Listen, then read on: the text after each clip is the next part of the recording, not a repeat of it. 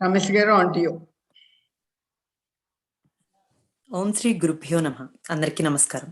శ్రీ కామకోటి భక్తి కేంద్రం USA మరియు సాంప్రదాయ పాఠశాల తిరుపతి తరపున ఈ ఉదయం మా ప్రత్యేక వక్త శ్రీ కార్తికేయన్ గారిని పరిచయం చేయడం నిజంగా నా అదృష్టం. వీరు బ్రహ్మ విద్యా గ్రూప్ ప్రెసిడెంట్ ఉపాధ్యాయులు మరియు సాంప్రదాయ సమకాలీన విశిష్ట సమ్మేళనానికి ప్రాతినిధ్యం వహిస్తారు. వీరి వలన మనం ముందుగానే భగవద్గీత గురించి చక్కగా అర్థం చేసుకోగలిగాం. నేడు రెండవ అంశం భగవద్గీత యొక్క సారాంశం. శ్రీ కార్తికేయన్ గారు గొప్ప గురువుల ఆధ్వర్యంలో వేదాలు మరియు వేదాంతాలలో సాంప్రదాయిక శిక్షణ పొందారు. ఈయన పవిత్రమైన శ్రీ పెరియవ వారి ఆశీర్వాదం పొంది 2000 సంవత్సరం నుండి శాస్త్రాలు, భగవద్గీత మరియు వేదాంతాలను విస్తృతమైన ప్రజావర్గానికి బోధిస్తున్నారు. శ్రీమద్ భగవద్గీత అన్ని వేద జ్ఞానముల యొక్క సారాంశం మరియు ఆ జ్ఞానాన్ని ఆచరణాత్మకంగా ఎలా ఉపయోగించాలో, వివరణాత్మక వర్ణనతో ఆ జ్ఞానాన్ని ఎలా నిర్వహించాలో అది మనకు బోధిస్తుంది. ఇది సంపూర్ణ సత్యాన్ని వెల్లడిస్తుంది మరియు అదే సమయంలో ఒక బొమ్మను అందుకోవడానికి దిక్కుతోచని స్థితిలో ఉన్న పిల్లవాడిలా వ్యవహరిస్తూ దానిని ఎలా నిర్వహించాలో తెలియక పాటుపడే మనల్ని ఉపదేశిస్తుంది. అధ్యాయాల వారీగా ఈ అత్యున్నత జ్ఞానం యొక్క వివిధ అంశాలను అర్థం చేసుకోవడానికి ఒక ప్రయాణంలోకి తీసుకుని వెళ్తుంది మరియు వాటిలో ఎలా ప్రావీణ్యం పొందాలో, జీవితంలో సాధ్యమైనంత అత్యున్నత స్థానానికి ఎలా ఎదగాలో, ఎలా ఉపయోగించాలో వివరిస్తూనే ఉంటుంది. శ్రీకృష్ణుడు వ్యక్తిగత విశ్వాసం మరియు ఎంపిక గౌరవించబడుతుందని వాగ్దానం చేశాడు. అన్ని పాపపు ప్రతిచర్యల ప్రభావాల నుండి మానవుని రక్షిస్తానని కృష్ణుడు హామీ ఇచ్చాడు. భగవద్గీత 18వ అధ్యాయం 66వ శ్లోకం, సర్వధర్మాన్ పరిత్యజ్య మామేకం శరణం వ్రజ అహం త్వాం సర్వ పాపేభ్యో మోక్షయిష్యామి మా శుచః. కృష్ణుడు ఇలా అభయమిస్తున్నాడు. అన్ని రకాల ధర్మాలను వదిలి నన్ను శరణు వేడుకో, నిన్ను అన్ని పాపపు ప్రతిచర్యల నుండి విముక్తి చేస్తాను, భయపడకు అని. వివిధ కార్యకలాపాల ద్వారా పొందే ప్రయోజనాలకు మానవులు ఎల్లప్పుడూ ప్రాధాన్యత ఇస్తారు. కాబట్టి ముఖ్యమైన ప్రశ్న ఏమిటంటే, భగవద్గీతను ఎందుకు చదవాలి? అది మనుషులకి, మనకి ఎలా ఉపయోగపడుతుంది? మరి భగవద్గీతను చదవడానికి సమయాన్ని వెచ్చిస్తున్నాం కదా. భగవద్గీత నిష్టగా మరియు క్రమం తప్పకుండా చదవడం వల్ల మనస్సు మరియు ఆత్మను శుద్ధి చేయడమే కాకుండా అనిశ్చలం మరియు వైఫల్యాలను ఎదుర్కొనే శక్తిని కూడా ఇస్తుంది. మరోవైపు ఇది విజయం పొందిన సమయంలో మనల్ని మర్యాదగా మరియు వినయంగా ఉండేలా చేస్తుంది. ఇప్పుడు శ్రీ కార్తికేయన్ గారు చెప్పేది విని భగవద్గీతను పఠించడం మరియు నేర్చుకోవడం యొక్క సారాంశాన్ని అర్థం చేసుకుందాం. ఎవరికైనా ప్రశ్నలు ఉంటే దయచేసి చాట్ బాక్స్ లో పోస్ట్ చేయండి. ధన్యవాదాలు. Namaste. Namaste to everyone. Shri Gurubhyo Namaha. On behalf of Sri Kamakoti Bhakti Kendra, USA and Sampradaya Tirupati, it is indeed my privilege and honor to introduce our special speaker of this morning, Shri Kartikeyan Ji, resident teacher of Brahma Vidya Group and representing a unique blend of the traditional and the contemporary. This is the second session which he will be giving us, that is on the overview of Bhagavad Gita. Shri Kartikeyan Ji has undergone traditional training in Vedas and Vedanta under tutelage of great masters, and having got the blessings from His Holiness Sri Periva, he has been teaching Shastras, Bhagavad Gita and Vedanta since early 2000 to the public at large. Srimad Bhagavad Gita is the essence of all Vedic knowledge, and it teaches us how to handle that knowledge with detailed description and on how to put that knowledge to practical use. It reveals the absolute truth, and at the same time, it discourses you while treating us like a child who is bewildered on receiving a new toy but does not know how to handle that toy. Chapter by chapter, it takes us on a journey to understand the various aspects of supreme knowledge and keeps on narrating how to master them and use them to raise ourselves to the highest possible position in life. Lord Krishna, while speaking as the Brahman itself, promises that your individual faith and choice will be honored. Krishna gives assurance that he will save us from the effects of all sinful reactions. Sarva dharman parityajya mam ekam sharanam vraja aham tvam sarva papebhyo moksha yishyami ma suchaha. Krishna says in Bhagavad Gita chapter 18 verse 66, abandon all varieties of dharma and simply surrender unto me alone. I shall liberate you from all sinful reactions. Do not fear. Human beings always attach priorities for the benefits to be derived by different activities. So the important question is, why to read the Bhagavad Gita and how can it be useful for them? After all, they're taking out their precious time to read it. Reading Bhagavad Gita faithfully and regularly not only purifies mind and soul, but also gives us the strength to face uncertainty and failures. On the other hand, it teaches us to be polite and humble at the time of success. Let us listen to Sri Karthikeyan ji and understand the overview of chanting and learning the Bhagavad Gita. If anyone has any questions, please post them in the chat box and we will try to get them clarified at the end. Thank you. Namaste. Namaste. Hadam Swagatam. Hari Om. Welcome to all of you. Good morning if you are in the US. Good evening if you are in Asia. And thanks for the introduction by the two honorable ladies, Kameshwari ji and Himaji. In fact, they almost summarized the Bhagavad Gita for us. So they made life easy for me. Okay. So, right, we'll chant a few slokas, then chant and start the lecture. And I would request if there is a 5-minute extension, I hope that will be permitted because we lost. I thought we'll do it for now. Is that okay? Lakshmi Madam, Himaji, 5 minutes is what maybe we'll extend depending on how it goes. Okay, right. No problem, okay. Om Vakratunda Mahakaya Surya Koti Samuprabha Nirvigham Paramedev Sarvakaresh Sarvada Guru Brahma Guru Vishnu Guru Devo Maheshwaraha Guru Sakshat Parambrahma Tasmai Shri Gurave Namaha Nidhaye Sarva Vidyanam Bhaje Bhavaroginam Gurave Sarva Lokanam Dakshinamurte Namaha Om Sadashiva Samarambham Shankara Acharya Madhyamam Asmadacharya Padyantam Mande Guru Paramparam Shrutismriti Purananam Alayam Karunalayam Namami Bhagavatpada Shankaram Lokashankaram Shankaram Shankara Acharyam Keshavam Badarayanam Sutra Bhashikta Vande Bhagavanto Punah Punah Ishvaro Guru Ratmeti Murti Bheda Vibhagine Vyomavat Vyapta Deha Dakshina Amurtaye Namaha Apara Karuna Sindhum Jnanadam Shantarupinam Shri Chandra Shekhara Gurum Pranamami Mudanham Om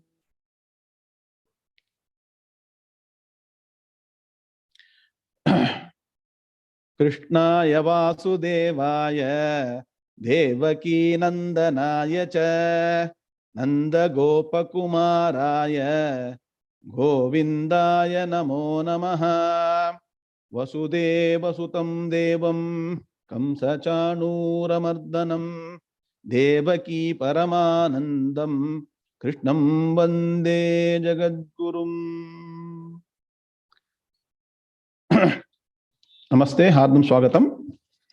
And it is for the first time that we are going to do a presentation-based lecture on the Bhagavad Gita overview.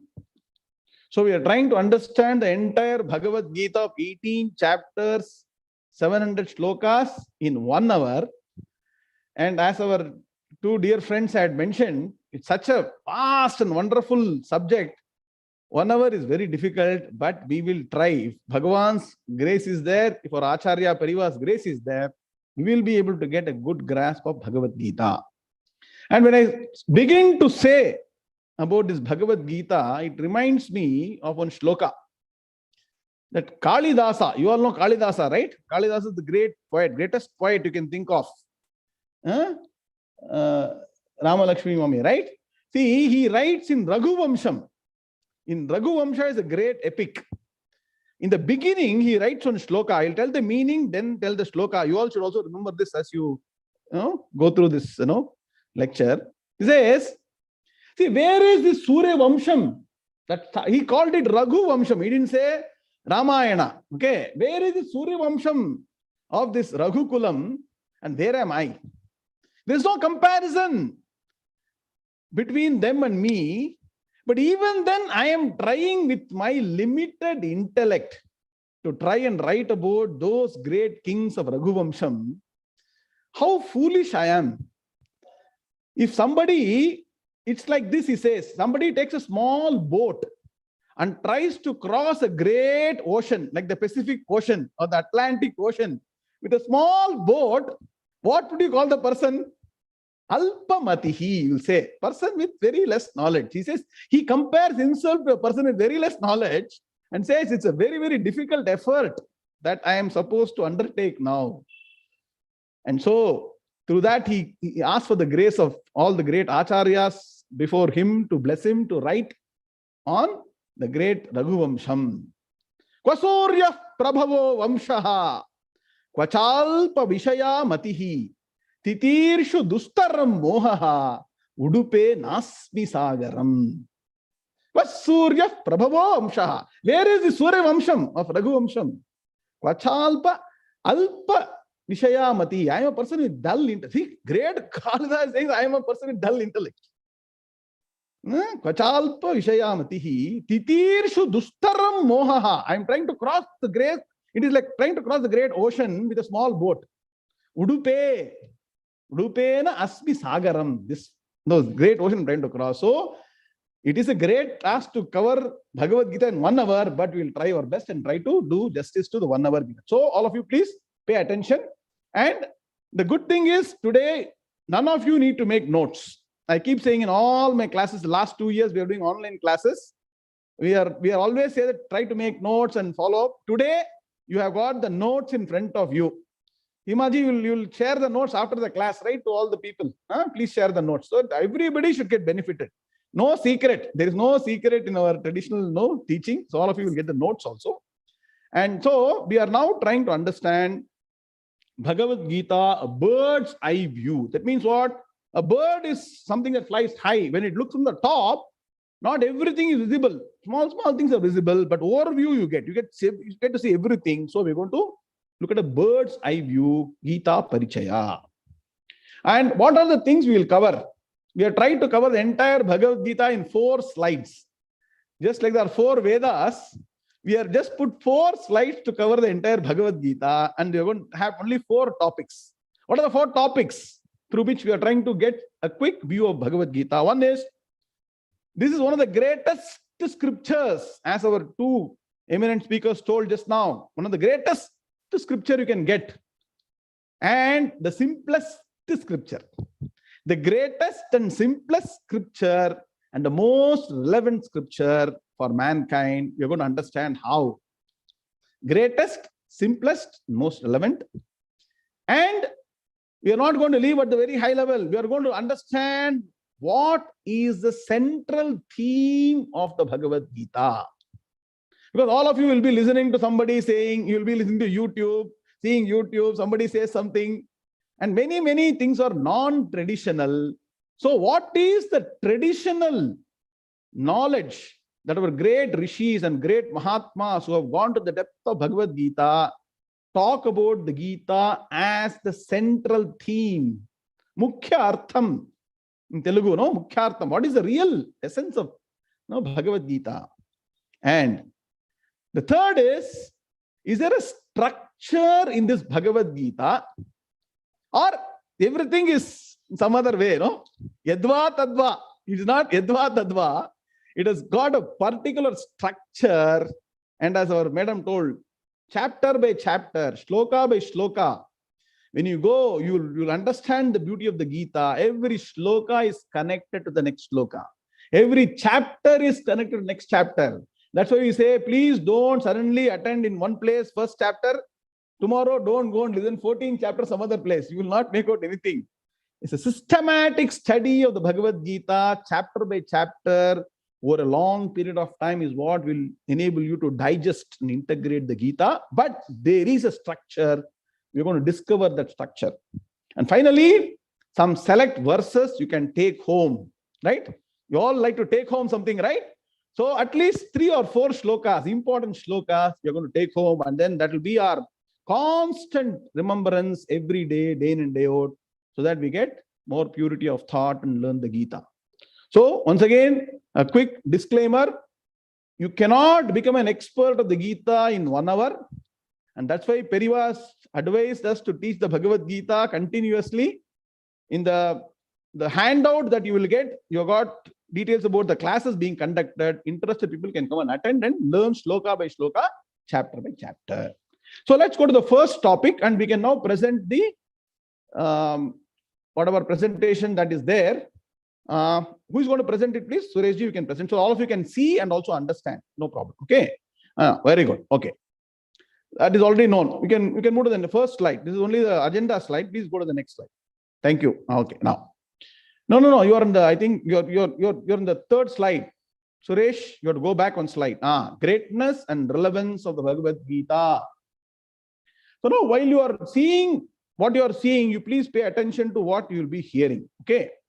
I told you that the Bhagavad Gita is one of the greatest scriptures. And the reason that it is the greatest scripture because the message of the Gita is universal. Universal means what? Entire universe. You can be in all the lokas. You can be all over the globe. From San Francisco to Tokyo. Okay? From Arctic region, say Iceland to New Zealand. That covers, no? North, south, east, west. You can be in any part of the globe. You can be any country, any nationality, any gender, any race, anybody. But the message of the Gita applies to everyone. It cuts across all barriers. It applies to the young, the old, the middle-aged. You can be a corporate executive, you can be a housewife, you can be a teacher, you can be a gymnast, you can be an Olympian, you can be anybody. Everybody has got something to learn from the Bhagavad Gita, so it is universal. You cannot find a more universally acceptable scripture than the Bhagavad Gita. And why is it universal? It is universal because it answers the fundamental question that is hankering in everybody's mind. Every human being is constantly in pursuit of something, knowingly or unknowingly.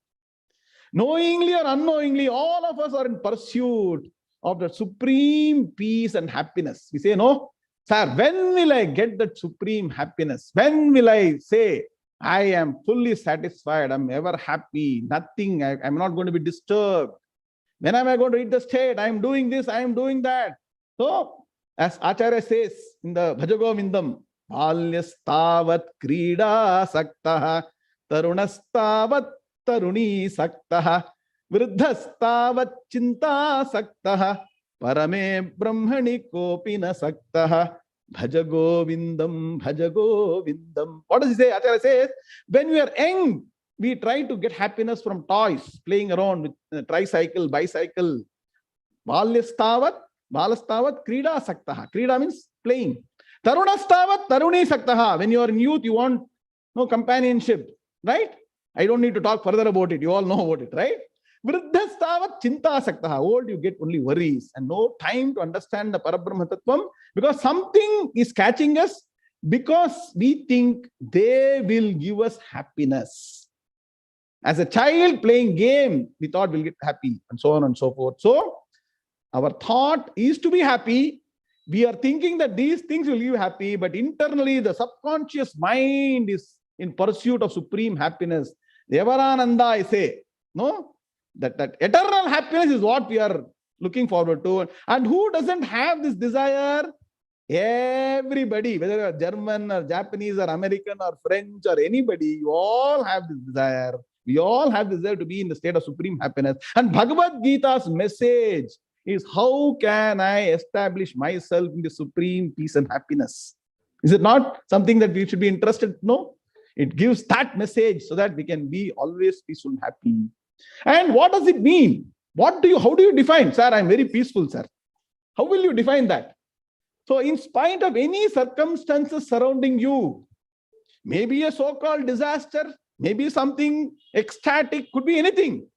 In spite of anything, can I maintain equanimity, calmness? Samatvam yoga uchyate, Gita says. Samatvam.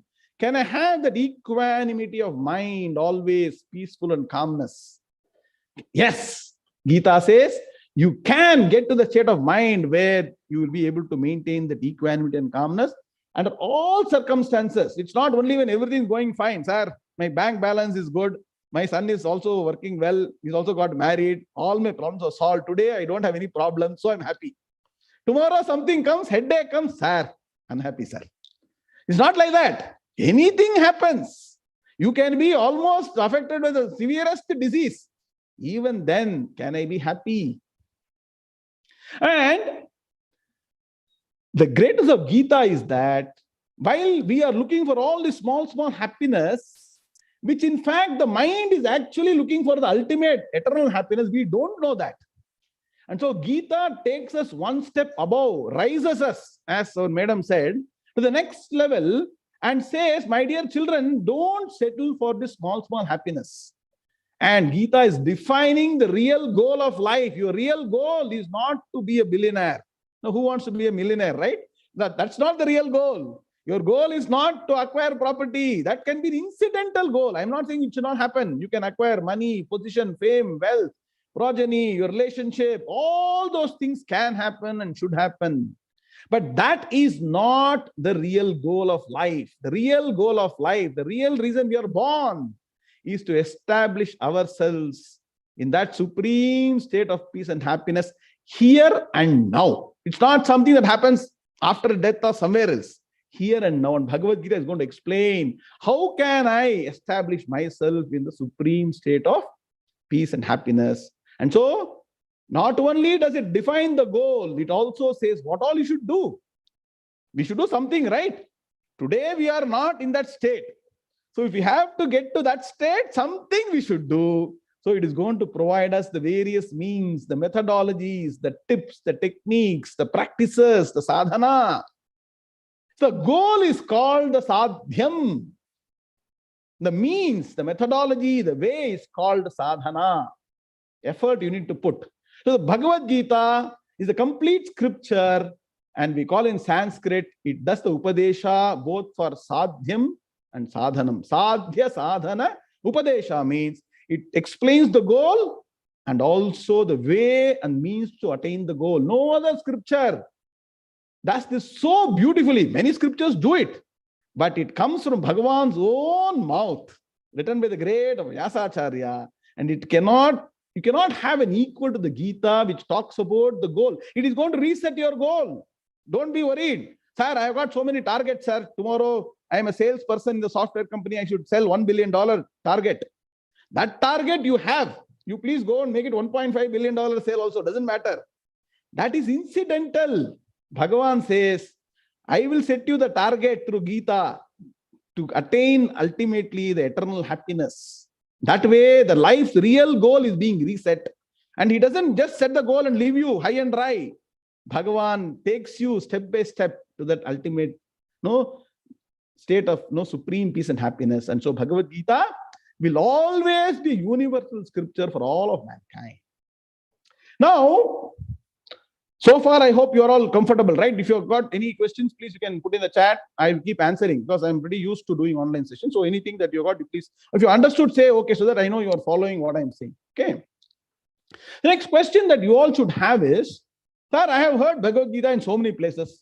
Some people say it's Raja Yoga, some people say it's Jnana Yoga, some people say it's Bhakti Yoga, some people say Karma Yoga.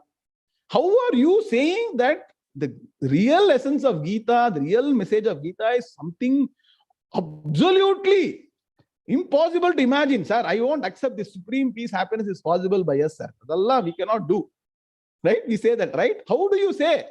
Archana ji is saying, the right question, right? Archana ji, very, very valid question. You should ask questions. Please understand the path of Vedanta, path of Bhagavad Gita, the path of what you have taken now is by question and answer.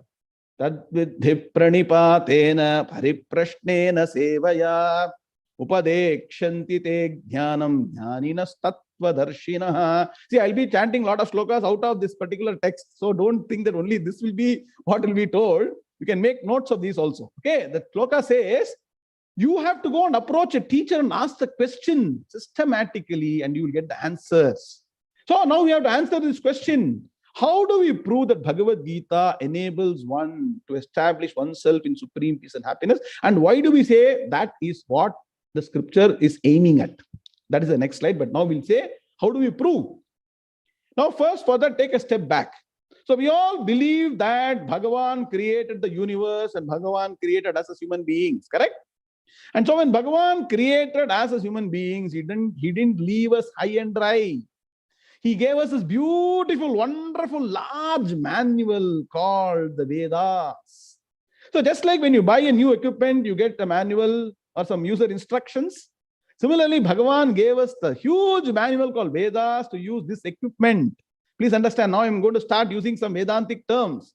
This human body, this intellect, this mind, the sense organs, Bhagavan has given us as equipments to be used properly in a particular way. And how to use it? Refer the manual. They say, no, refer the manual. If people are working for a long time, they say they'll have manuals in the office, how to do certain things, right?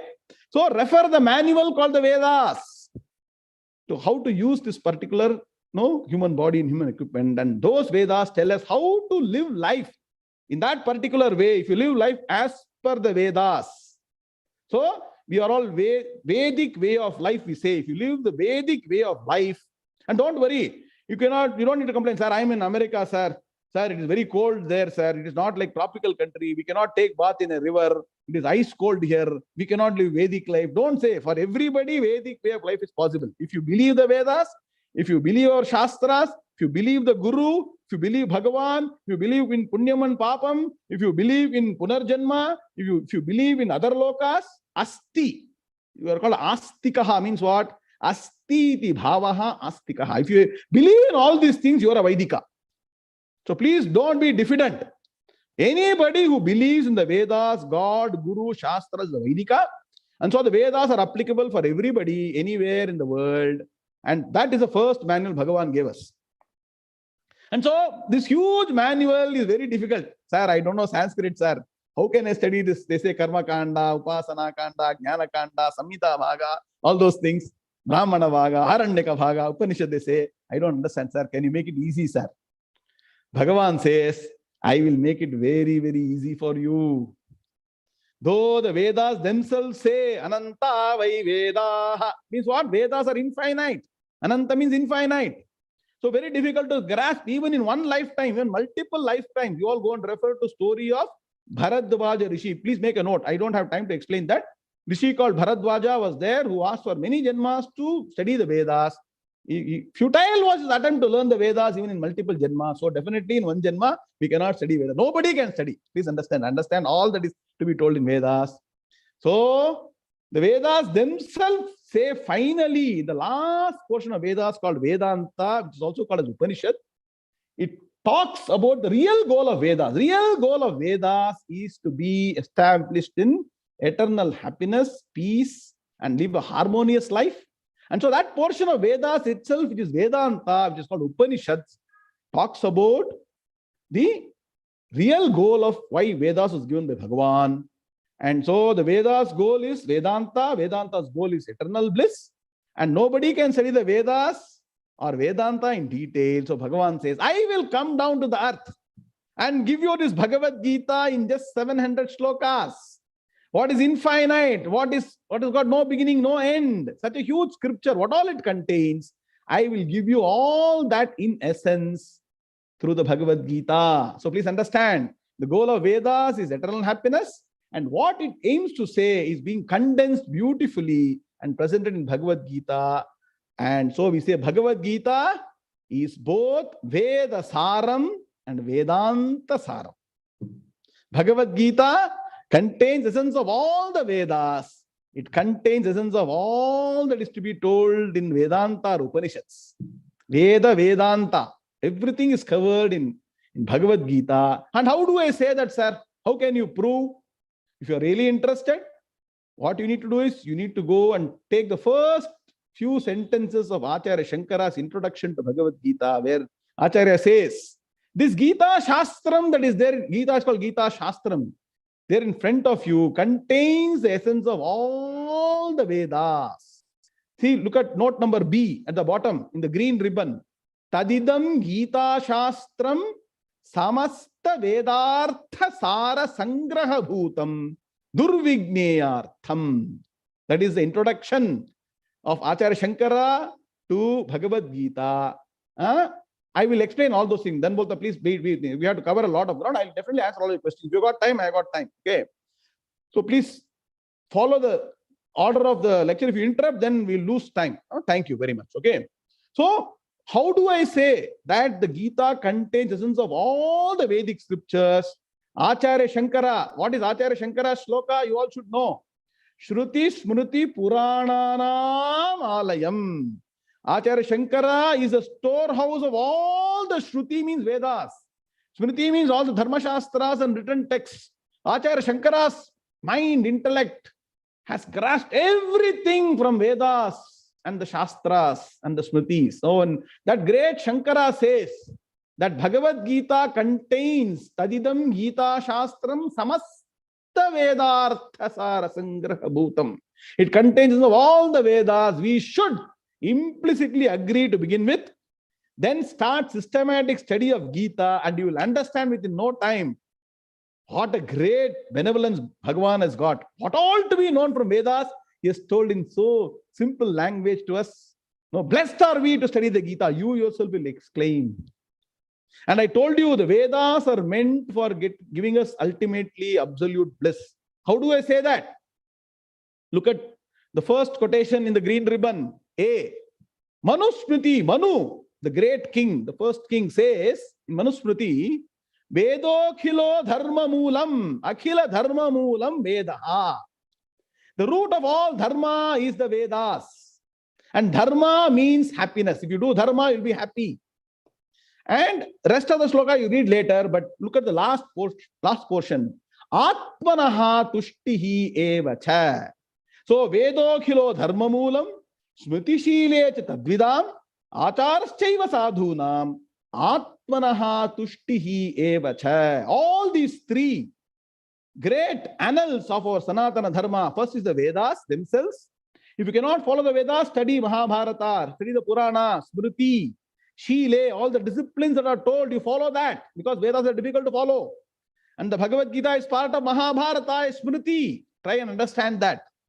If you don't even understand the Smriti or the Shruti, which is the Vedas, try to follow a man of great knowledge. Acharschaiva sadhunam, a holy person. Please follow on the footsteps, what the person observes on a daily basis. And all these are meant only with the goal of establishing human race in supreme peace. Atmanaha tushtihi. Tushtihi, santushtihi. Happiness, bliss is the goal of the Vedas, goal of the Itihasa Puranas, goal of all sadhu, sant Maharaj who are born in the world to lead us to the path of eternal happiness. So, Vedas, definitely goal is happiness. And the Veda Saram, which is Bhagavad Gita, has to be focusing on happiness. And not only is Veda Saram, but Vedanta Saram. So how do you say that Bhagavad Gita is Vedanta Saram? Vedanta is called as what? Upanishads. And all of you who are chanting Bhagavad Gita will know the wonderful shloka. Now I have repeated that in the ribbon number C, ribbon C, last ribbon. Sarvopanishado gavaha dogdha gopalanandanaha partho vatsasudhir bhokta dugdham gitamritam mahate. What does the sloka say? Sarvopanishadaha gavaha. Sarva upanishadaha gavaha. Sir, Sarvo is coming. Where is Upanishad? Sarvopanishado. Where is Upanishad? Sarvaha Upanishadaha. All the Upanishads are like cows. Okay. And what do you do from cow? You try to milk. And from a normal cow, a milkman will give you normal milk. Bhagavan has collected all the cows. Krishna Avatara, Bhagavan is a cowherd. He loved the cows, right? So he was with the cows always. So Bhagavan not only milked the normal human cow and gave milk to all the people, but also he has milked the cows of the Upanishads. And from that came not the normal milk, the Amrutam, the supreme nectar, the immortal nectar of Bhagavad Gita is being collected from all the Upanishads. So please don't worry. If you say, sir, I don't know how to study Upanishads, I don't have a teacher, I don't know who will teach me in this life, don't worry. But study the Bhagavad Gita from a competent teacher. Don't study on your own. Because Acharya says, Durvigneyartham. See, well, Acharya says in the ribbon B, I told you, Tadidam Gita Shastram Samasta Veda Artha Sara Sangraha Bhutam. Sangraha means everything is collated, essence is there. But Durvigneya Artham, it is not easy to understand. Durvigneya means difficult to comprehend the inner meaning. The depth of Gita should be learned only from a competent traditional teacher. Please understand.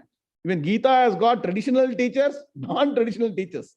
Please go and look for a traditional teacher and learn the traditional way. You will get the knowledge of Gita.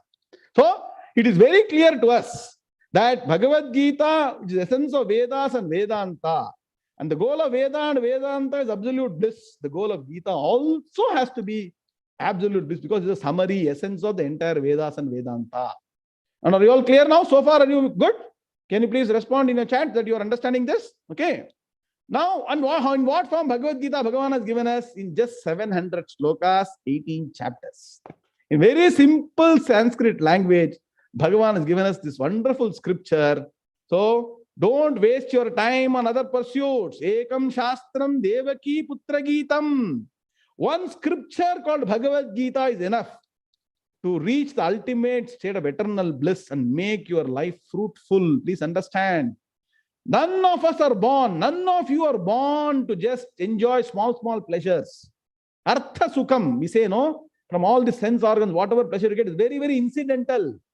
The supreme bliss, what you get, it's Saukyam Budhilesha Lesha Tayime Shakradayo Nirvritaha Yechitte Nitaram Prashanta Kalane Labha Munir Nirvritaha Yasmin Nitya Sukham Budho Galita Dhihi Brahmaiva na Brahmavit Yah Kaschit Sasurendra Vandita Pado Nunam Manisha Mama.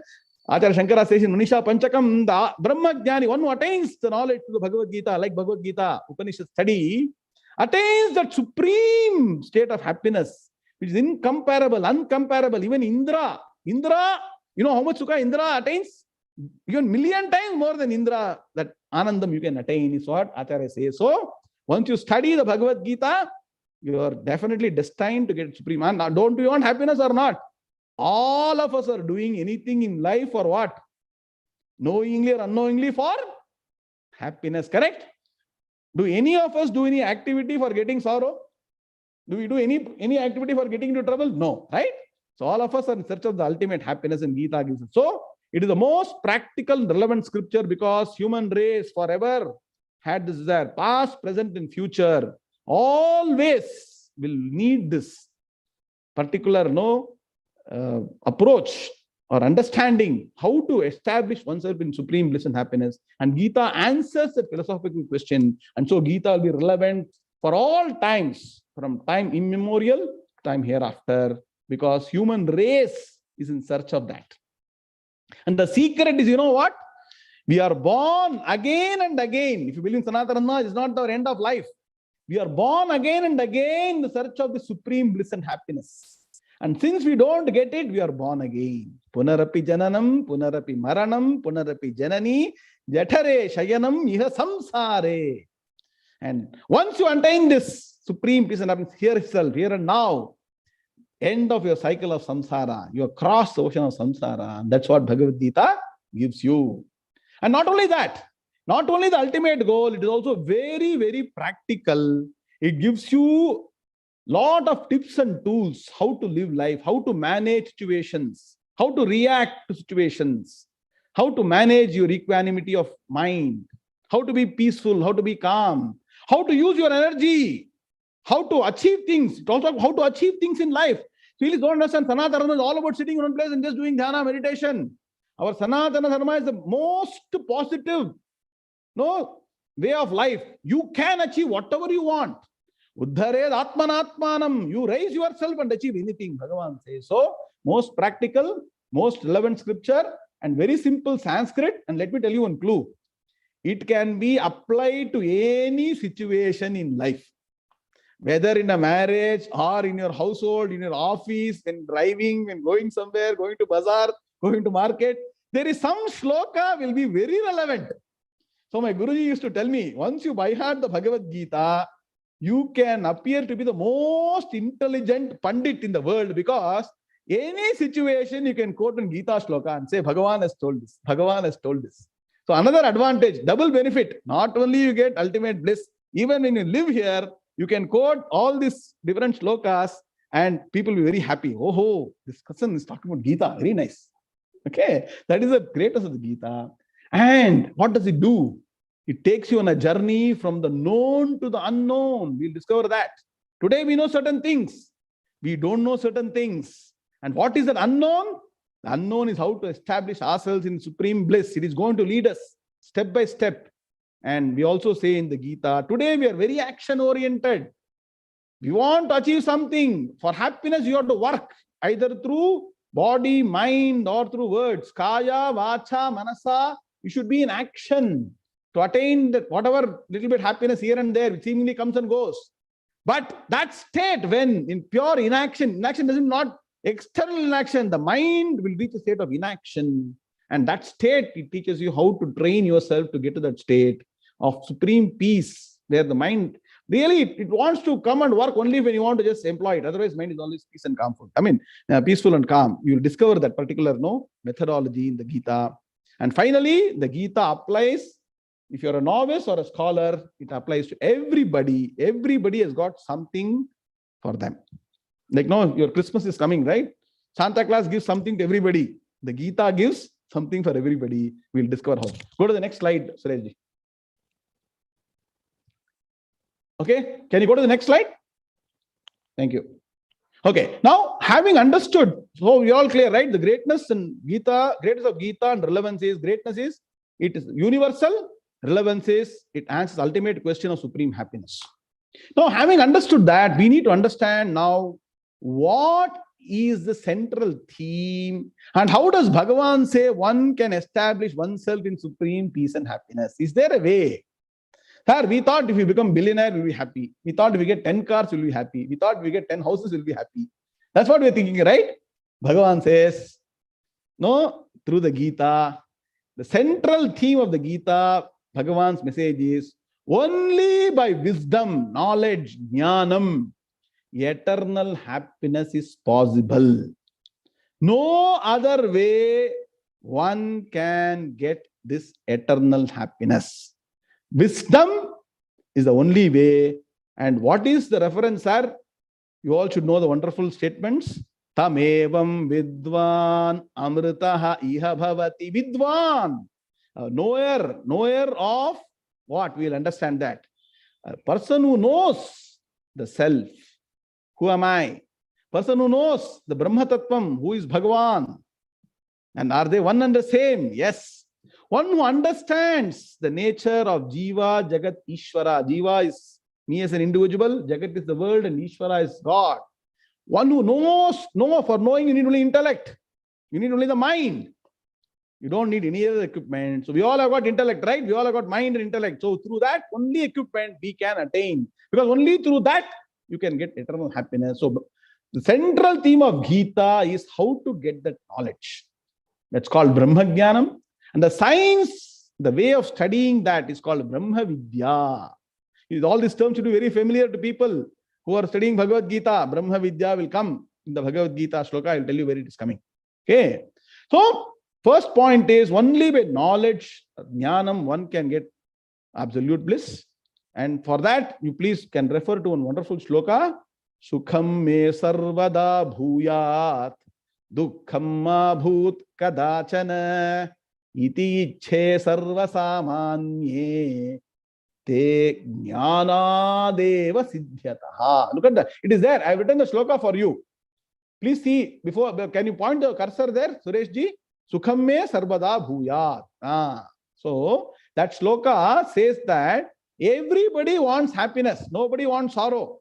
But that is possible only by jnanam or knowledge. And so knowledge of what? Knowledge of real knowledge, real nature of me. Who am I? My pure nature, which is pure consciousness. The real nature of Bhagavan is not God with form. So pure consciousness. So when both are pure consciousness, both are one and the same. That knowledge, which makes me aware of my true nature. And the beauty is, please understand, this happiness or eternal happiness is not somewhere else. Your nature is that of pure happiness. Please pay attention for a minute.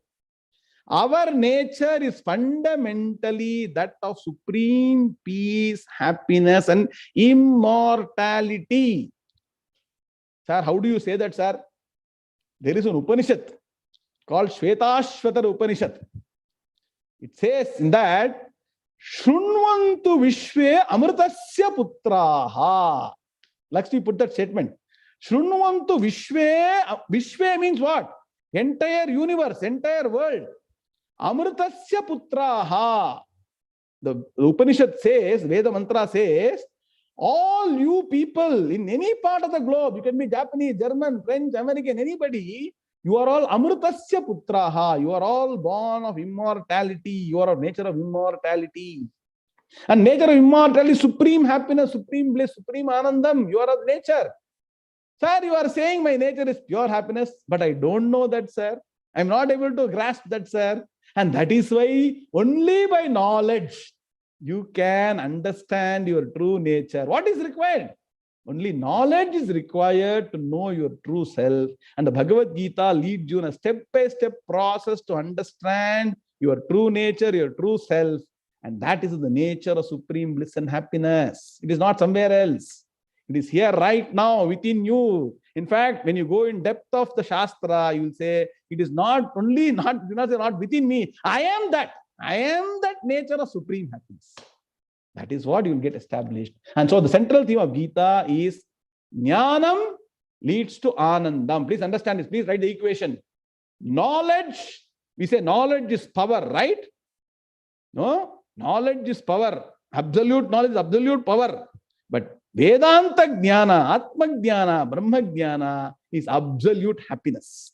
So once you get this Atma Jnanam, Brahma Jnanam, then you are ever happy, no worry. Don't worry, be happy. Okay? No tension, only attention. Sir, give me further proof, sir, how you are saying that Jnanam and Anandam are the goal of Bhagavad Gita. And so if you see, if you want to study Shastras in detail, there is a method to understand what is the central theme of a scripture. There is a scripture called Vedanta Sara, composed by a great saint called Sadananda. I've given all the references for you so that you don't think that we are not talking something in air. See, we teach, Periva clearly advises, we teach only traditionally, as trained by a traditional master. So everything we say will have references to scriptures. Nothing will be in the air. We don't invent new things. Some people invent new things. They engineer new things. We don't do all those things. We talk only scriptures. Even Bhagavan talks only from scriptures. No need to invent. If you invent something new, it is wrong. In fact, our great masters will say, if you invent something, it is ashastriyam, asampradayam. You have to follow only our Shastras and our Vedas and Upanishads and Bhagavad Gita. So coming to the point, there is a way to understand what is the central theme of scripture. And there are 6 ways, there are 6 indicators in a scripture. I hope you are understanding what I'm saying, right? So if you take a scripture and analyze 6 aspects, the first aspect is called, the shloka is put ribbon A. Please follow A ribbon if you're knowing Sanskrit. When I chant, you can note down English if you want. Upakramopasamharau, Dvivachana. So together is one indicator. Upakrama upasamhara means what? Beginning and end. If you look at the beginning and end of scripture, if the message is consistent, then you can say that is a central theme of the scripture. Abhyasaha means that it is repeated again and again. Then phalam, what is the benefit? Now you apply all these things. In the beginning and in the end, is Bhagavad Gita talking about happiness, jnanam and happiness? First question you should put. If you investigate, you will get the answer. Is this aspect of jnanam and anandam, that means knowledge and happiness, the pair. Now you start forming a pair in your mind. In your mind, you start thinking, jnanam is equal to anandam. Knowledge is equal to bliss. Knowledge, bliss pair. You make so many pairs, right? You make a wonderful pair called knowledge, bliss pair. So is knowledge, bliss pair repeated in the Gita consistently? Yes. If you study Gita systematically, you will understand that. Then, Arthavadaha means eulogy. Is it praising that one should work to get jnanam? One should work to get knowledge. One should establish oneself in supreme happiness in this life. Yes. Bhagavan again and again reiterates that this is what you have to work for. So it is there in the Gita. Then Arthavada Upapattihi. Now is it all empty or is it got logic? Wonderful logic is there for everything Bhagavan says. Sound logic. Systematic logic from all angles. Bhagavan proves knowledge is what will give you happiness, and that's what you should work for. Then Upapattihi Chalingam Tatparya Nirnayam. Lingam means indicators. Tatparya means what is the essence of a scripture, Nirnayam. So what are the 6th one? Upakramopasamharav. Then Abhyasaha. Apurvata, I missed it. Somebody in Apurvata means something that has not been told in some other scripture should be told here. The greatness of Gita, let me tell you, no scripture in the world will give you both the goal and the means. And means are told beautifully. In fact, the most part of Gita spends what all things I should do to get the jnana. So apurvata, definitely not told in scripture. Phalam, benefit is told. Arthavadaha, eulogy. Upapattihi, logic. You put all the six in the meaning, like you can put it. So 6 indicators are clearly there. I'll take only one because 6. If I do 6, it'll 6 hours. If I do all the 6 indicators, Imagic will not give me 6 hours. So you got only 1 hour. So I will give you only one of them. And what is that? We'll take the beginning, we'll take the end. The Gita Shastra begins the 2nd chapter, 11th shloka, and Bhagavan says, Ashotya nanvashocastam prajnavadam shabhashase gata sunagata sumscha nanushocanti panditaha.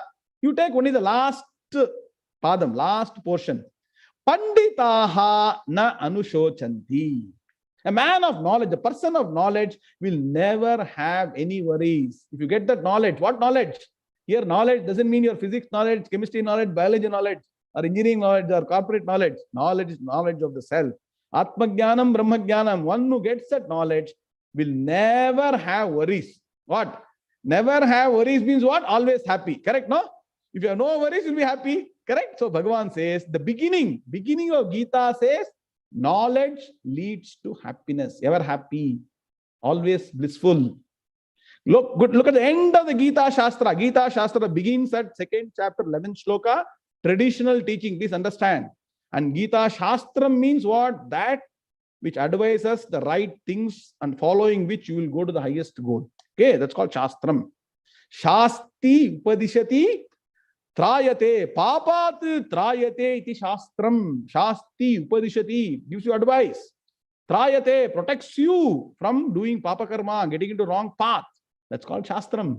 So this Gita Shastram begins at 2:11, 2nd chapter, 11th shloka, ends at 18th chapter, 66th shloka, where you can see very clearly, this has been quoted again by our two eminent speakers, Sarva dharman parityajya mamekam sharanam vraja. Aham tva sarva papebhya mokshayishyami ma shutaha. Sarva dharman parityajya. That means what? Dharma here means karma. Give up all actions. Also, dharma also means punya karma. Okay. Give up all punya karma. Also give up papa karma. Acharya writes in Bhashya. What is the meaning of give up all karma? When can you give up all the karma? You can give up all karma only when you get that knowledge. Sarva dharman parityajya, though seemingly means give up all karmas, means establish yourself in that knowledge. And Mam ekam sharanam. Hey, Vraja. Vraja is addressing to Arjuna. He belongs to that particular race. So, Bhagavan says, you surrender to me. Here, Bhagavan doesn't mean Krishna as a form. You dedicate yourself in jnanam, which is Atma Jnanam, knowledge of pure consciousness. Then there will be no sin attached to you. Please understand. Jnana sarva karmani bhasmasat kurute tata. The Gita elsewhere, Bhagavan says, only by jnanam, all the sins can be burnt. When Bhagavan says that, I will destroy your sins and elevate you to moksham, here means supreme bliss. All very detailed you should understand. You cannot study overall just on the paper, on the what is there, verbal meaning. You cannot take a dictionary and understand Bhagavad Gita, these kind of slokas. There's a lot of inner meaning.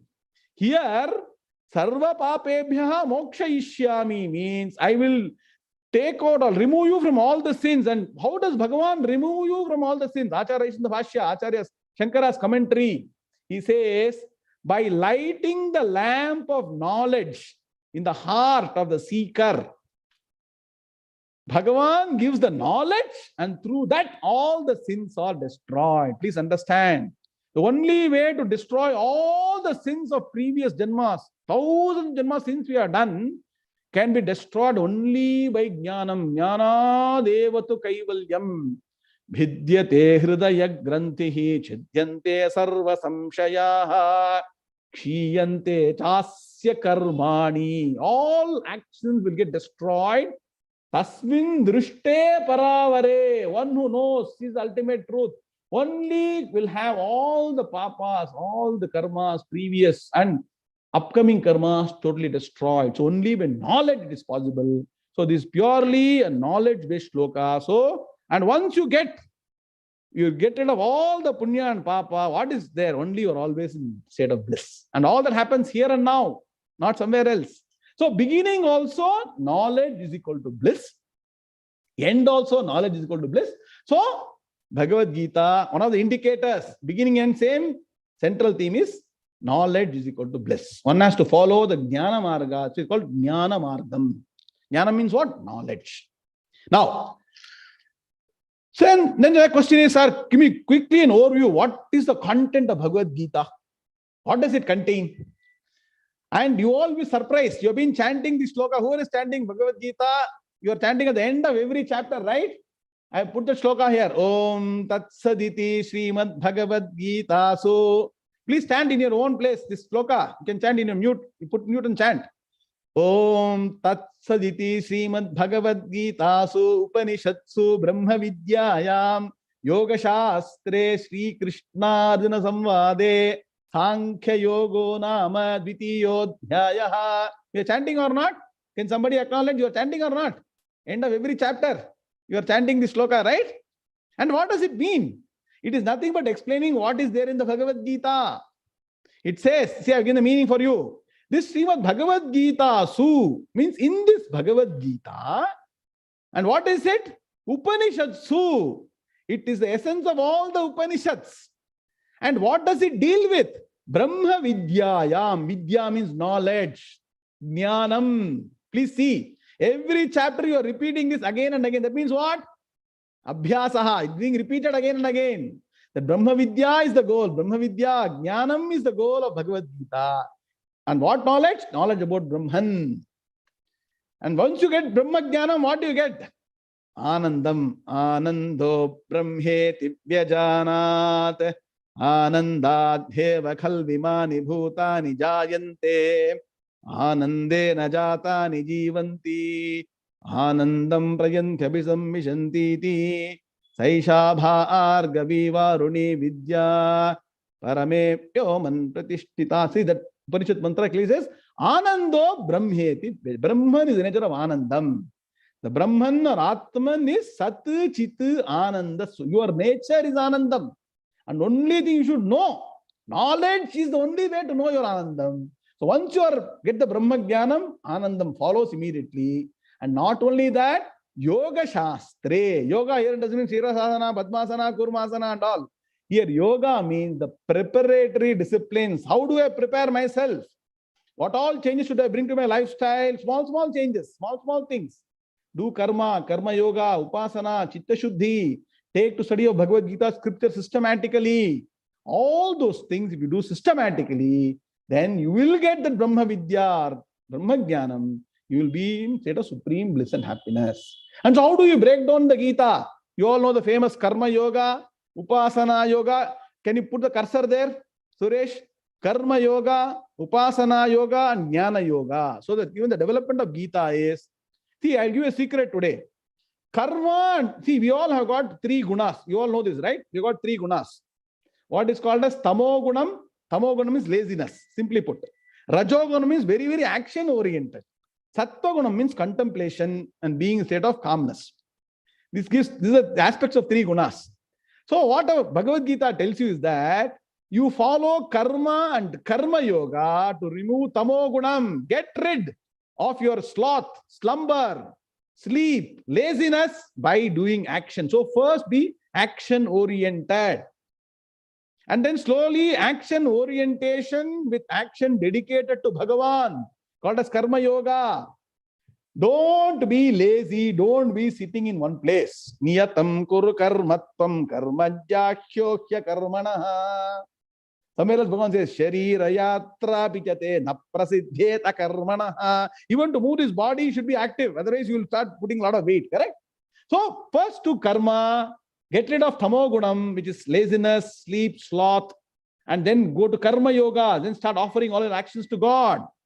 And so what will happen? Tamo guna nivrittihi means your tamo guna will be totally removed. That means totally means some great extent will be removed.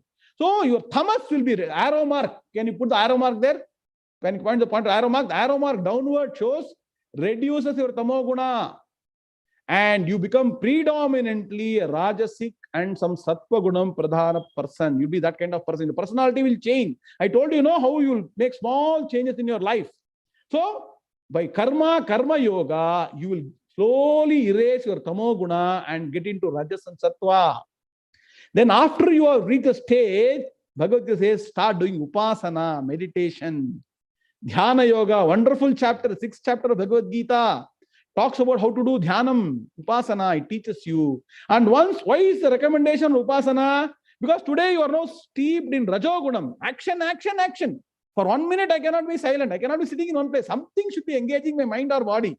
You will reach the stage. So even that is not good for us. So Bhagavan says, I will teach you how to sit in one place and start collecting yourself, being calm, collective. And that is called upasana yoga, which will remove the predominance of rajoguna in you. That is why you put arrow down. Show the cursor there. Your rajas will reduce by upasana. All part of Bhagavad Gita will reduce by doing upasana. And predominantly you are now sattva guna pradhanam. We say you become a sattvic person. They say no. In all over the world, sattvic food you should eat, sattvic thoughts, sattvic words, sattvic relationship, sattvic friends. So you become very sattvic. You will seek only sattvic things. Sattvic means something that is elevating, positive, serene, calm, peaceful, nice, happiness. Where all your indriyas are prakashakam. It says all your organs work very, very well. Very nicely. And once you have got sattva guna pradhanam, freedom sattva gunam, then Bhagavan says, study the Shastras, Jnana Yoga. See, step by step process. Karma Yoga, Upasana Yoga. And once Sattvam is predominant in us, we ourselves will go, sir, this person is reading Bhagavad Gita very well, sir. I will sit and study. My goal now in life to spend 2 to 3 hours a week, study Gita systematically and attain the supreme bliss. And all circumstances will start working out. Bhagavan says in the Gita, Ananyas chintayanto mam ye janah paryupasate tesham nityabhiyuktanam yoga kshemam vahami aham. For one who wants to take to study of the Bhagavad Gita, the Vedanta Shastras, I will find a way to take care of their other responsibilities. I was telling in this morning's class. I'll give you an example. See, suppose morning 8 o'clock is Gita class. And morning 8 o'clock, you are normally busy in the US to Saturday morning, for example. And you have to take your child to some tuition, some Bharatanatyam, some Carnatic music, because I live there, that. That's what we keep doing, right? Shuttling our children to different kind of engagements. I cannot attend Gita class, sir. You will complain, right? If you are very serious and pray to Bhagavan to give you the time, you know what will happen? Your own neighbor, till now, you not even talk to you. One day he'll come and say, good morning, sir. Can I take your son along with my son to the tuition class? He will come and ask you. He or she, the mother or father will come and say. And so you will get the time. Invisibly, Bhagavan will come in various forms and help you to study the Shastras, provided you have the interest, the keenness to study the Shastras. We have experienced that in our life, let me tell you. Slowly, but everything will happen. It's not that your son or the daughter will miss the tuition. They will still, things will happen, but you will find time for studying Shastras. That's the greatness of Bhagavan. So you can sit in Jnana Yoga, study the Gita Shastra, Upanishad Shastra, you can study. And then what is that I will attain? Sir, karma, rajogunam, tamogunam is over, rajogunam over, when sattvagunam I have attained. What is there to attain beyond that? You can attain a state called Guna Atita, Triguna Atita, beyond the 3 gunas. You can reach a state of beyond 3 gunas. Traigunyo Vishaya Vedaha, Nistraigunyo Bhavarjuna. Give reference, let's see of the sloka. See, Bhagavan says, you see what all the other scriptures talk about, how to manage the 3 gunas. I will tell you how to go beyond the 3 gunas. Traigunyo Vishaya Vedaha, Nistraigunyo Bhavarjuna, Nirdvandvo Nitya Sattvastaha, Niryoga Kshema Atmavan. You become Atmajnani. You will go beyond the 3 gunas. Bhagavan will take you beyond the 3. You can Triguna Tita. You sing a bhajan, no? Triguna Tita Namo Namo. Like that. you can become the Trigunatita. That is what. And what is that state? Supreme bliss, supreme happiness, supreme calmness, supreme serenity. Absolutely, as I say, no depression, okay? No anxiety, no remorse for the past, no anxiety of the future, no depression, ever happy is what you will get from studying the Bhagavad Gita systematically. So karma, upasana, jnana I mentioned. So question will come, sir, bhakti, they say, what is bhakti? Bhakti is something called as an attitude which should be there throughout your karma yoga, upasana yoga, and jnana yoga. It is not a separate practice. So people say to bhajan is bhakti. Bhakti should be there for shastras, bhakti for the guru, bhakti for the Bhagavan, bhakti to study systematically. Later Bhagavan will say, there are 4 types of bhaktas. The greatest bhakta is called a jnani bhakta. You're going to see that, okay? Himaji, I will take another 4 minutes and close it. I know I have exceeded my time. In 4 minutes, I'll close. Let me move. I'll have taken 10 minutes more than the allotted time. Unfortunately, subject is so huge and interesting. I have to continue. Okay, fine. I hope you're all okay with it, right? You're understanding what I'm saying? Or is it difficult? Himaji? No, sir. We are understanding. Okay, good. Very good. So, you can go, and bhakti is an attitude. It's not separate action. Bhakti is an attitude in the mind. The attitude is, this is something elevating, something great. I should follow this. So bhakti to guru, bhakti to shastras, bhakti to God. And when you do only separately, keep God as separate and bhakti, then becomes bhajan, going tirtha yatra, puja and all those things. Please understand. So bhakti is something that is constant throughout all the yoga. So karma yoga, upasana yoga, jnana yoga, all covered. So this is what, standard definition. All of you know about Bhagavad Gita from other various sources, YouTube and all, even that I thought. Okay, now go to the next and last slide. And this is going to be very interesting. I told you the structure to the Bhagavad Gita, and Himaji was very keen to understand this. Last time Himaji called me and asked me, please explain how this is possible. Structure is there, you are saying Gita. Now pay attention. I'll take 3-4 minutes. If you want, if you're ready for more time, I can spend another 5 minutes. It's all your choice. Because Bhagavan has given us the energy. I did 2 classes already, 3rd class I'm doing, no problem. Periva has told, yes, whatever time it takes, please teach properly. Up to you to say whether you want another 5 minutes more. I'll take another 5 minutes more. Okay? Sure, sir. Sure. Can I take? Okay, fine. See, there is structure to the Bhagavad Gita. And what is structure in the Bhagavad Gita? For that, all of you should know only one Mahavakyam, means a great statement from our Upanishads. See, each Upanishad has got one Mahavakyam. So, there are 4 Vedas, right? Rig Veda, Yajurveda, Samaveda, Atharva Veda, right? 3rd Veda is called Samaveda. For understanding 3rd, for your understanding, not it is 3rd. All Vedas are one and the same. For categories, you say 3rd. Samaveda, in Samaveda, there is an Upanishad called Chandogya Upanishad. Now, you can look at the text. Put the cursor there. Sureshji.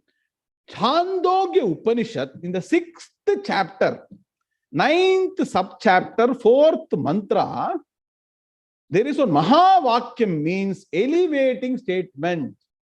A greatest statement which will elevate you from mundane existence to the supreme state of bliss and happiness. And those are called Mahavakyam. Vakyam means normal sentence. Mahavakyam means great sentence which will take you to that superior state which is your true nature. And that statement is called Tat Tvam Asi. Tat Tvam Asi. So please, you can say in your own place, Tat Tvam Asi. Please say once. Tat Tvam Asi. Tat Tvam Asi.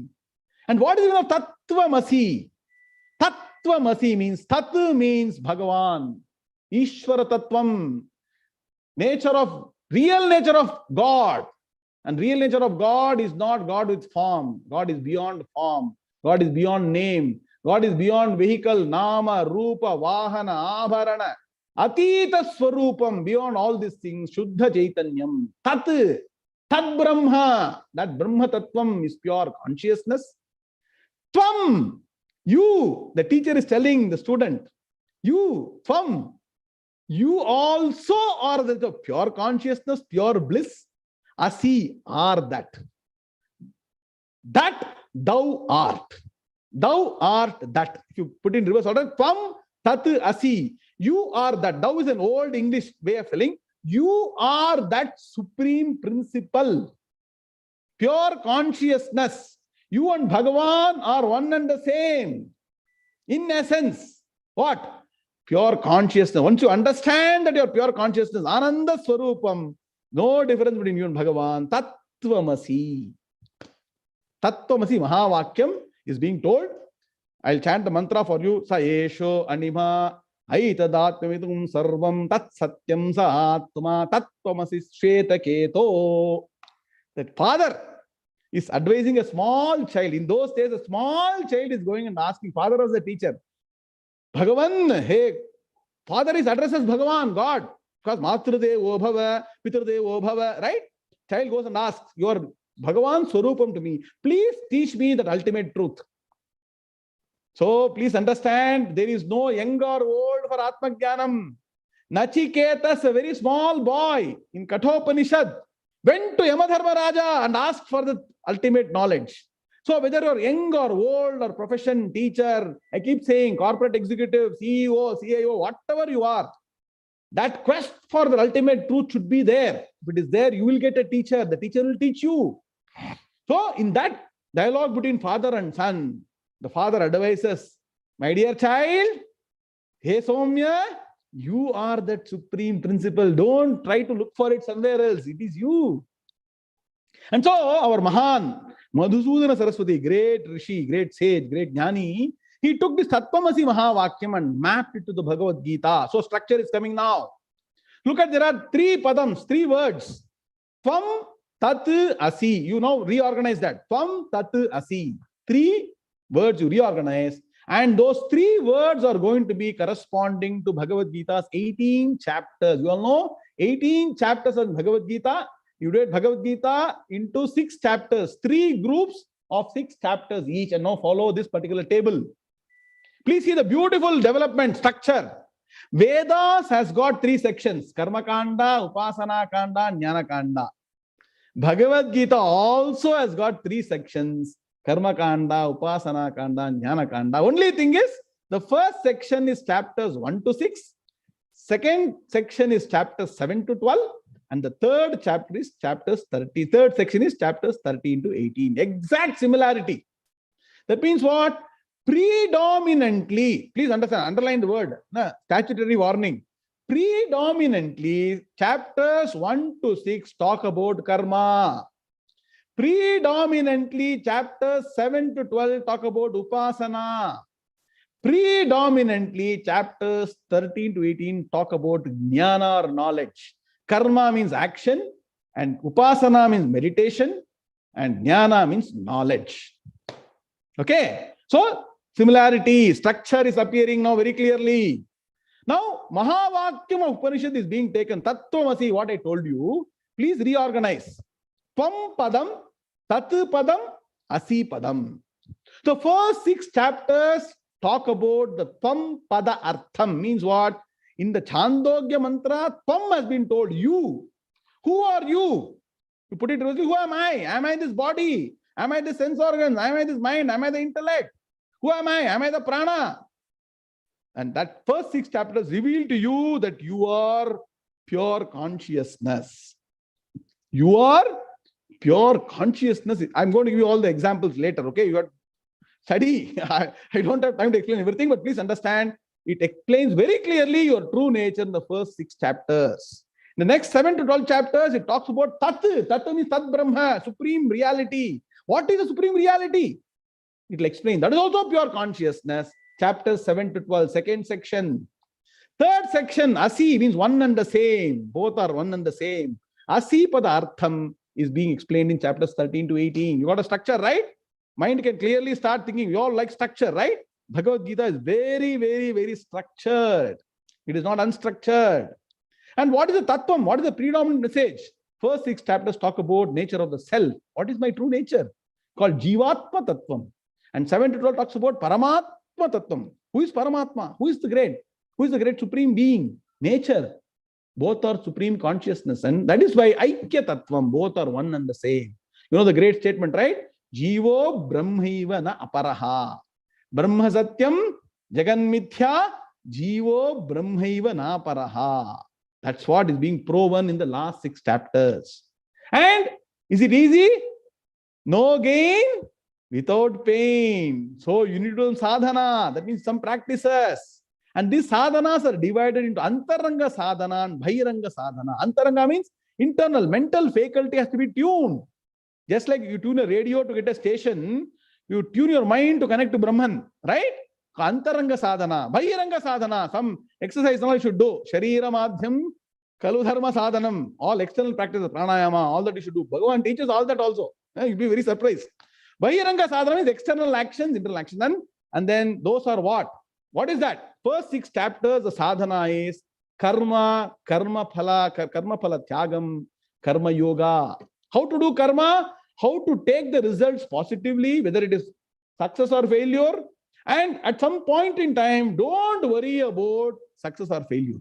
Sukha dukkhe same kritva labha labho jaya jayo. Samatvam yoga uchyate. All these statements say that how to work, but not get affected by the results of work. That's called karma phala tyagam. Karma phala means fruits of actions. How you do, just give it to Bhagavan. Bhagavan, whatever comes, it is yours. I am not bothered. My mind is always calm. You put me in this state. I am doing my work because you ordained me to do. I am doing in service of you, service of Bhagavan. We all Bhagavan's service. That's what attitude comes. Attitude, please understand. Right action plus right attitude is karma yoga. Karma is only right action. But karma yoga is right action plus right attitude. You have to study in detail. I don't have time. And that is what is first 6 chapters. Second 6 chapters talked about Bhagavad Bhakti Nishtha. See, please understand, you cannot achieve anything in the world only by self-effort or only by God's grace. Underline the word. Both are required simultaneously together for you to achieve success in life. This is sloka which says, Yatha ekena chakrena ratham yasyana gatir bhavet. Evam purusha karyena vinadaivam na siddhyati. Only self-effort will not give success. Only praying to Bhagavan also will not give success. Sir, somebody told, sir, somehow I'm going to pray to Bhagavan. Bhagavan will help me pass the exam. Bhagavan will say, you study properly, then only you can pass the exam. Okay, you work, God will help. God helps those who help themselves. You know the statement, right? So on one hand, I am going to do my job, work, karma, karma yoga, karma phala tyaga. Second, I'm going to pray to Bhagavan to get his grace, his or her grace. And that is what sadhana, how to develop bhakti to Bhagavan. What to ask Bhagavan? Should I ask Shincha me, Mayascha me, Priyancha me, Nuka? Should I ask that or should I ask for the ultimate knowledge? That is Bhagavad Bhakti Nishtha. And the last part, 13 to 18, talks about how can I build all the good qualities. Sadguna Abhivruddhi, build good qualities. Develop my devotional quotient. You have talked about, you know about in the world, intelligent quotient, you know emotional quotient. There is in all of us called as devotional quotient, DQ. Please write down. You all know IQ, you all know EQ. Today you will learn one thing called as DQ. This DQ is there in all of us. It is dormant right now. It's also DC. DQ is dormant. DQ is D. So this dormant DQ, divine quotient, Daivi Sampat, has to be developed. And the last part explains how to develop that. Because once you develop that, it becomes a habit. When you remove H, a bit remains. A bit remains. When you remove H, A, B, it remains. So make it a habit to become divine. That is what that is going to tell you. And once you become divine, you merge with Bhagavan. So that is the last portion. Sadhana is being talked about. Structure. Then Sahakari sadhana is all supporting practices. Self-effort. First 6 chapters about self-effort. And confidence. Please understand. You should be supremely confident about yourself. Don't be diffident. Don't be diffident. Be confident that here in this life, I will attain Atma Jnanam. I will get Brahma Jnanam. I will get supreme peace, happiness, bliss here and now in this life. I will not let this chance go away. I don't know whether I'll get another chance, next birth, what will be born as. I don't know. That self-confidence and self-effort to get the Jnanam, how to build it, Bhagavan is going to teach us. Then the second 6 chapters, Bhagavan will say, what is into Bhagavan's anugraham? Sir, I'm blessed, sir. How do you say you are blessed? And what is the nature of the blessing and what the nature of Bhagavan? Second set of 6 chapters, 7th is going to say. And finally, the last 6 chapters is going to make you explain the Tattvamasi, Mahavakyam, how both are one and the same. Bhagavan and me are one and the same. It's going to say. And so, you all know the famous Karma Yoga, Upasana Yoga, we saw in the previous slide, right? Same thing, that is the gist. and there are sample slokas. I'm going to chant quickly, go to the next slide, finish in 2 minutes. We are done almost. Okay. So go to the next. So one small, jalak we say, one quick, view. We'll see. And I have picked one on shloka. See, the first 6 chapters talk about what you need to do as an individual, right? So Bhagavan says, an individual, first manage your lifestyle efficiently. Have moderation in everything you do. Be moderate and measured. Yukta, you all chant together with me. Yukta hara viharasya. I put in English also. Yukta hara viharasya. Yukta cheshtasya karmasu. Yukta swapnavabodhasya. Yogo bhavati dukkhaha. So once you got moderation in eating, in recreation, playing, talking, and moderation in sleep. So don't think jnana yoga means you should not sleep. You should sleep well. You should eat well. You should talk well. Okay. Moderation in sleeping and waking also. When you're awake, be awake. When you're sleeping, sleep well. Don't be awake while sleeping. Don't be sleeping while awake. Bhagavan is advice. Okay. Best management guru, I'm telling you. Bhagavad Gita and Bhagavan are the best management guru. You don't need any other book. Gita is enough. Management, philosophy, communication, structure, logic, everything is there in the Bhagavad Gita. And so one who practices that, you can become a great dhyana yogi. You can do dhyana well and attain the ultimate. That is the sloka, chapter 6, sloka 17. That is first 6 chapters, right? About me as an individual. The next 6 talks about Bhagavan. And Bhagavan says that 4 types of people come to me, right? Even in bhakti to Bhagavan, devotion, we got different people, right? One person is somebody who has got problems. Another person who wants money. Another person who wants to know about God. 4th person who has known God but also worships God. Chatur vedha bhajante mam jana sukriti norjuna arto jignasur artharthi jnani cha bharatarshabha. Hey Arjuna, bharatarshabha. 4 types of people come to me, and each one is, you got the meaning there. One is a person with distress, problems are, please solve my problem. Bhagavan is there to solve my problem. Second, Bhagavan is there to give me wealth. Putra, Pautra, Dhanam, Dhanyam, all we want. 3rd person, Bhagavan, help me know you. I want to know you. I heard that knowing you gives me ultimate happiness. So please help me to know you. Send me a guru. Send me a teacher of scriptures. I will learn the Bhagavad Gita and know you. 3rd person who worships Bhagavan for that.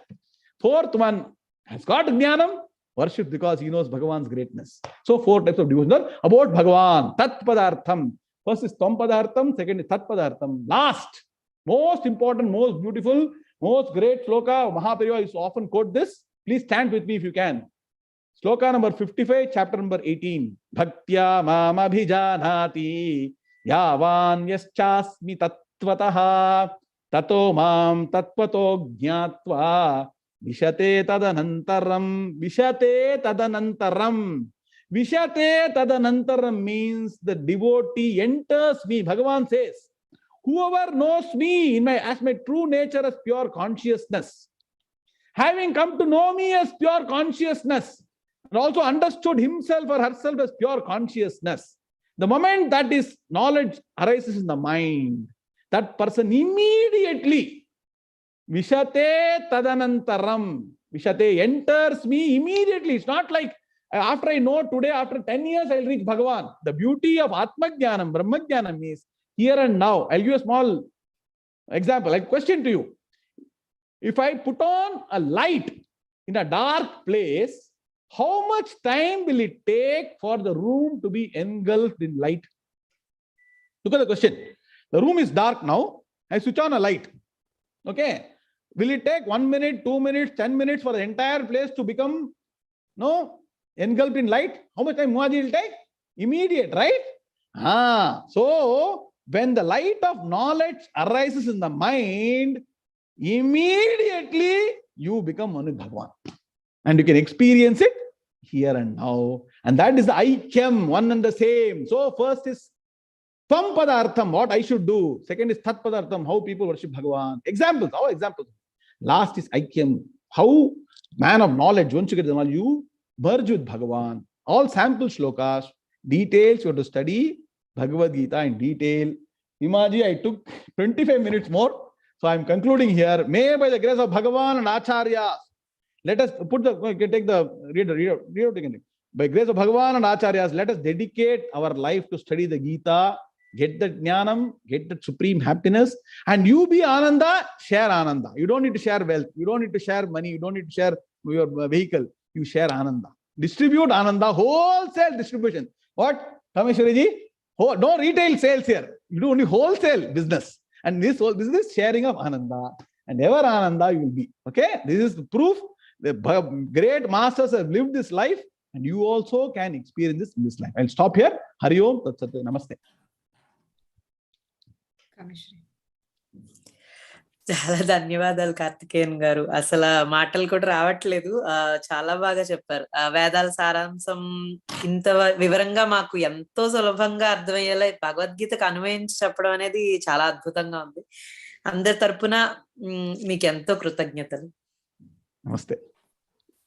Thank you, Karthik ji, for taking time to put this PowerPoint presentation for us. And as you rightly put in, Gita is the greatest, simplest, and most relevant as it is as a teacher to us, how to navigate life. And it helps us to maintain that equanimity in leading life and balancing our emotions and controlling the mind. So as you rightly put in, and the goal of Gita is eternal bliss. We are really thankful to you. And you've taught us the easy way, the way you explained the tamas, rajas, and sattva, lazy action and contemplation. Great, Thank you very so good. much. And Tattvamasi, what do you like, Himaji? The Tattvamasi, that structure, Yes. I think you should have got it. Okay? Yes.